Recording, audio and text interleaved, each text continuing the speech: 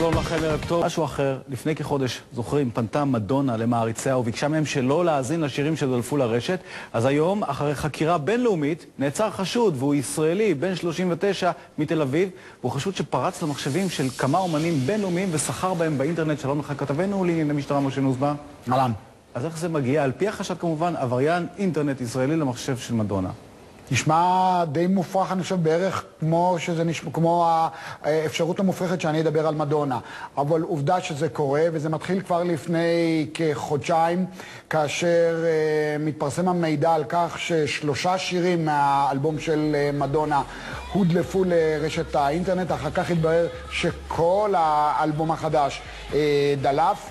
היועץ של מדונה, הישראלי גיא אזורי, פונה, בעקבות הדליפה הזאת, פונה למשרד החקירות ויצמן יער בישראל.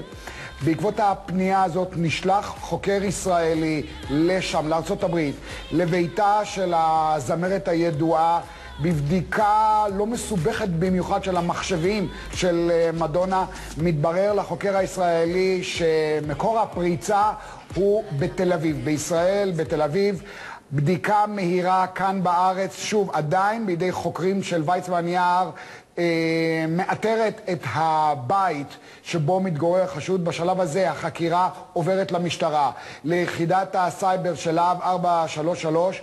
חוקרי המשטרה באמצעות אמצעים מיוחדים ומתוחכמים מעלים ממצאים לחשד ששירים נוספים נגנבו, של אומנים נוספים נגנבו בדרך דומה בעקבות פריצה לאתרים שלהם ונסחרו ברשת הדארקנט, הרשת האפלה של האינטרנט. חשוד נעצר הבוקר, בן 39, הובא היום לבית המשפט. הוא פליט של תוכנית ריאליטי מוכרת. בוא נשמע דברים שהוא והפרקליטה שלו אומרים בבית המשפט.